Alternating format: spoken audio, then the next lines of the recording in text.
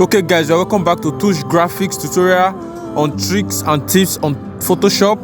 Okay, let me show you how I get digs on Photoshop.